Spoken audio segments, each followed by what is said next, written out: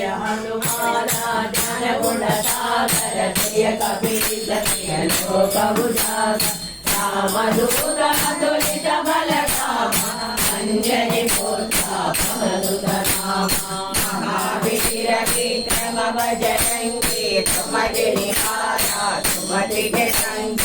अंजन वरण विराज सुतेजा कानन कुंडल कुंचित केसा माधवज्र सजा विराजे काले मोचे जने मुरारे शंकर सुवना केसरी नंदन तेज प्रतापा जगवंदन विद्यावान गुणी अधिकार नाम काज करिके गोपाल